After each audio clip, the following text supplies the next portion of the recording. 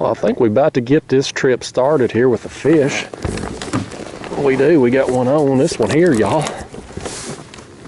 I'd like to say he ate a bait, but he actually ate baits, plural. He ate a mouthful of baits. I got 3 rods right now with skipjack, and I've got this one here in my hand that's got threadfin shad. And it's actually got several of them on a hook.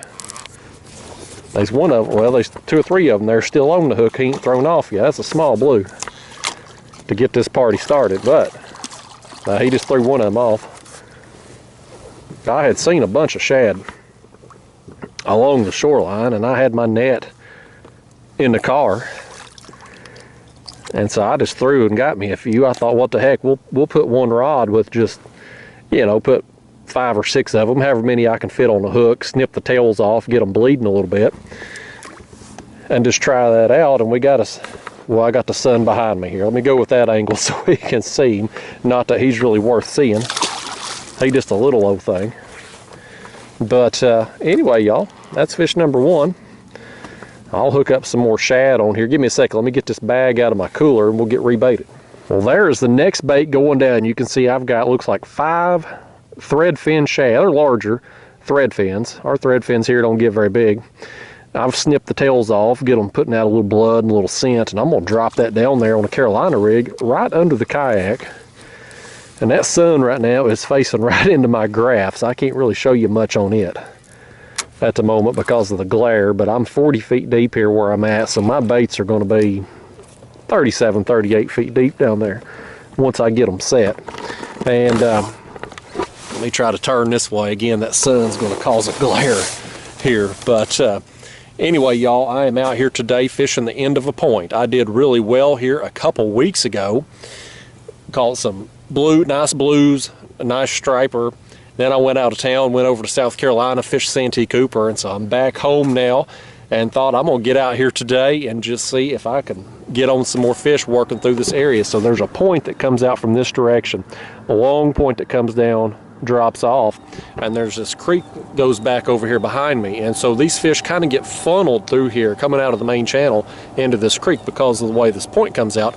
They get funneled through a narrow area here, and that's where I'm set up. I'm spot locked right over that little choke point and got my bait suspended right off the bottom. So we've got a skipjack head here, a smaller skipjack body chunk there. I've got a larger skipjack body chunk on the other back rod, and of course the thread fins on this one. So I'm gonna fish till dark this evening here.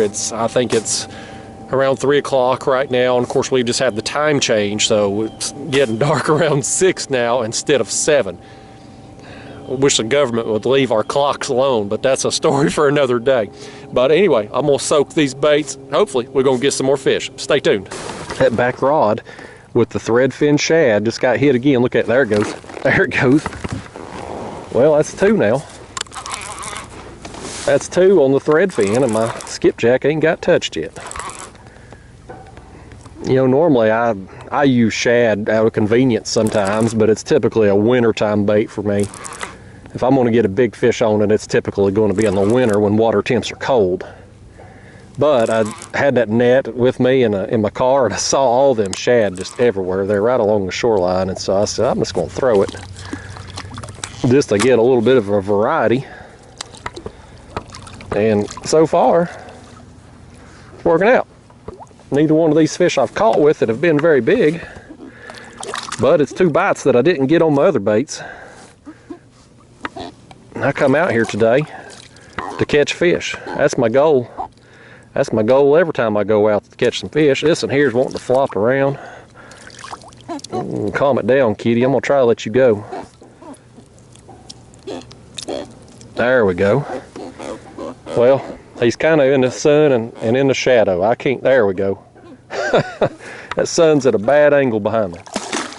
My spot lock, there's no current here where I'm at.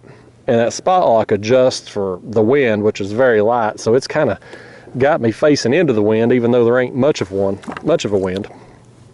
And so it's got the sun position behind me. I'm gonna leave that one on and drop it down, but I'm gonna add a few more on there. Well, there's just a few more shad going down. That's just 4 of them on this time. You can see they're all about the same size though, just 2-3 inches long, I guess.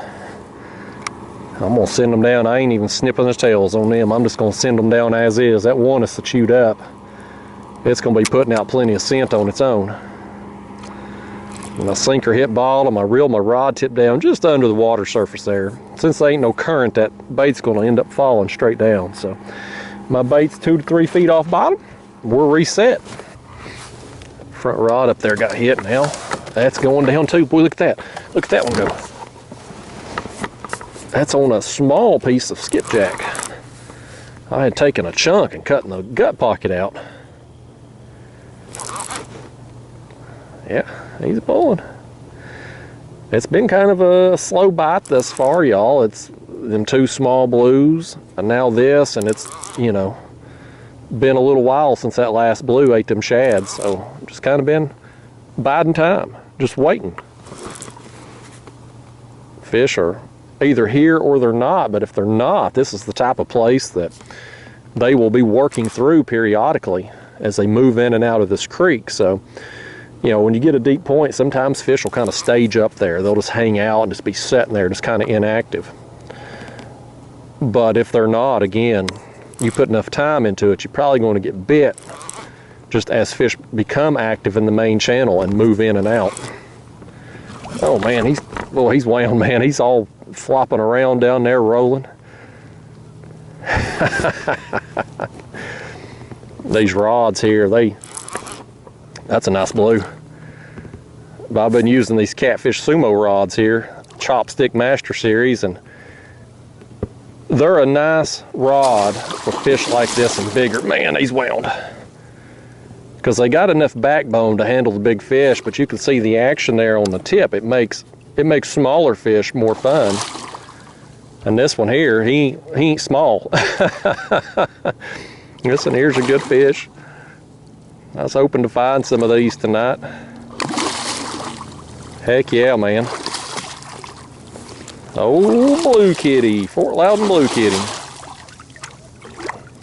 I don't know if I mentioned that there in the opening segment, y'all. I'm on Fort Loudon tonight. It's the first reservoir of the Tennessee River. The Tennessee River was dammed up by TVA to prevent floods and help with flood control and also produce electricity. So there's a series of dams along the Tennessee River which stretches all the way down to Alabama and whatnot, and this is the very top reservoir.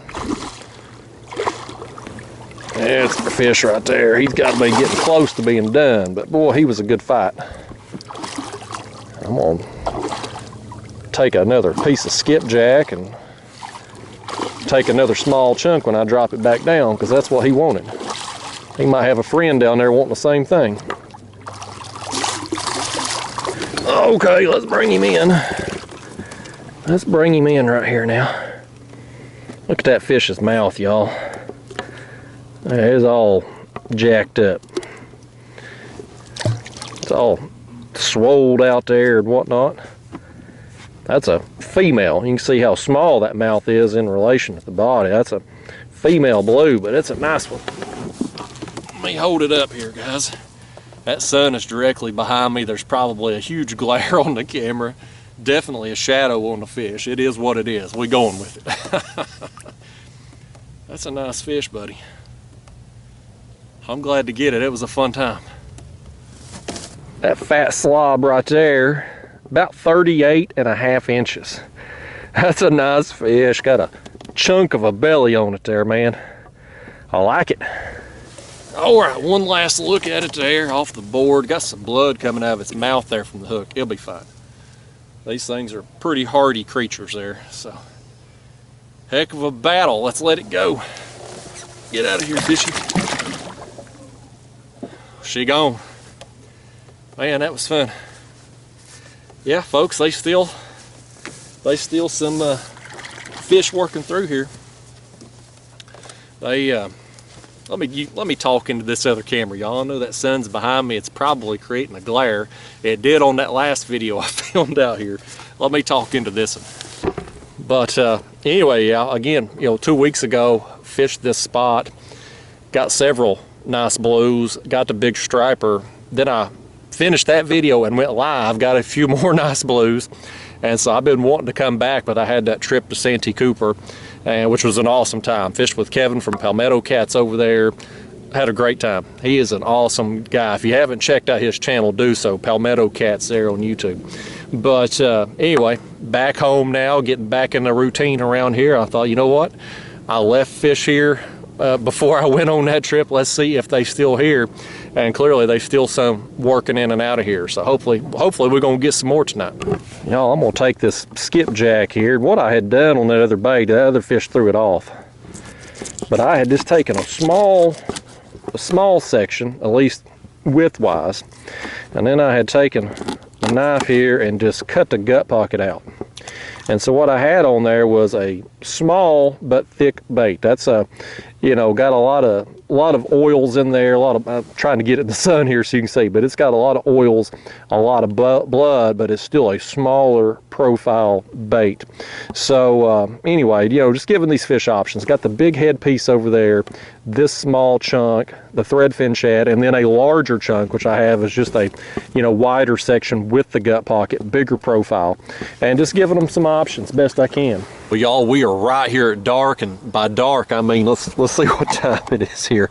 5:52.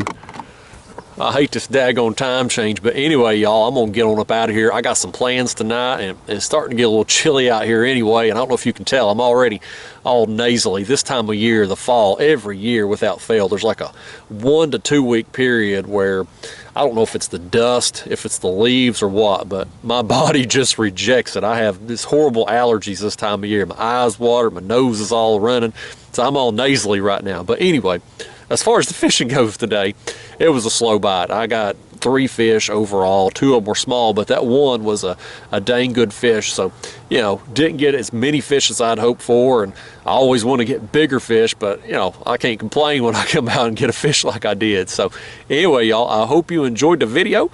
We'll do it again soon. See you.